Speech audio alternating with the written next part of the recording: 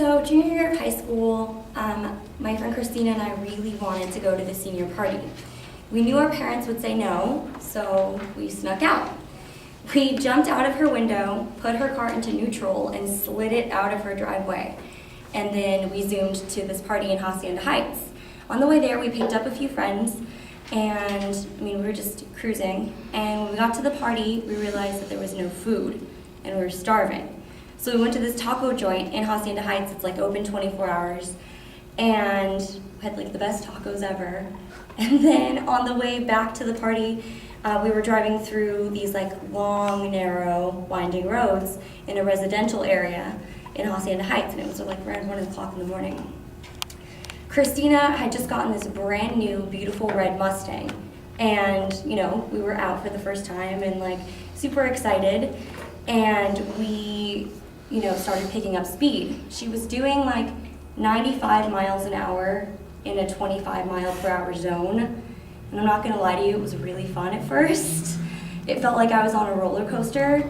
I was sitting in the back seat in the middle and I wasn't wearing my seatbelt.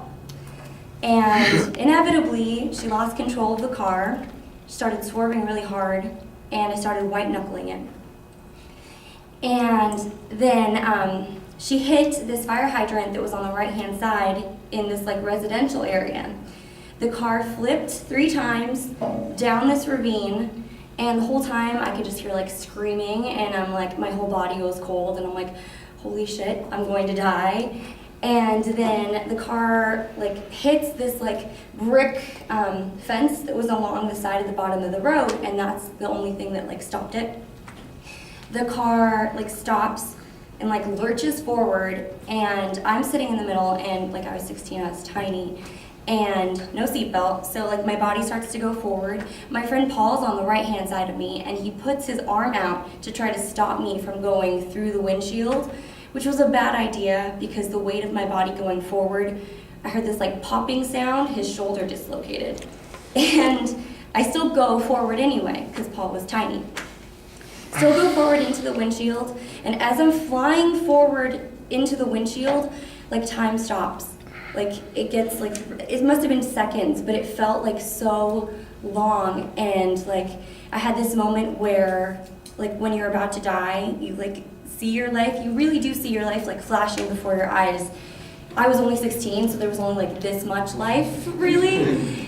And then I had this like really weird, calm moment of resignation where I'm like, okay, so this is how I'm gonna die, like, all right. And then, so I go forward and then I black out. And I did go through the windshield. When I wake up, I don't know like who pulled me out of the car, but I was like laying on the side of the road next to this like crushed Dr. Pepper can of a car. And like I couldn't get up, I tried to get up, I couldn't breathe.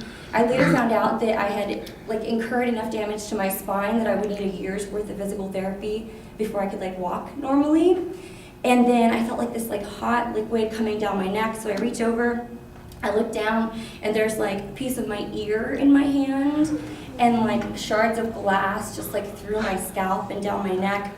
And so then I start like shaking and convulsing, and then out of nowhere this black SUV pulls over to the side of the road, and this man gets out, and he like wraps me up in this like blanket that has like lighthouses on it, which I thought was kind of poignant.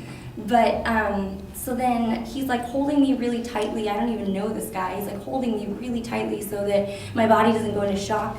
The ambulance comes, I get put in the back of the ambulance. They're asking me, what's your name? What's your phone number? And I like, this whole time I'm like, how can I get my parents not to find out about this? So I'm like, I'm not gonna tell them anything. I get to the hospital, they like ID me anyway. When I get there, my dad's waiting for me. And he like is just super like silent and just like staring at me, and I'm just like, don't look at me, like, I know I lied to you, but don't look at me. And like they're sewing me up and like pulling shards of glass from like out of the back of my head, and the whole time I'm thinking, I'm in so much trouble.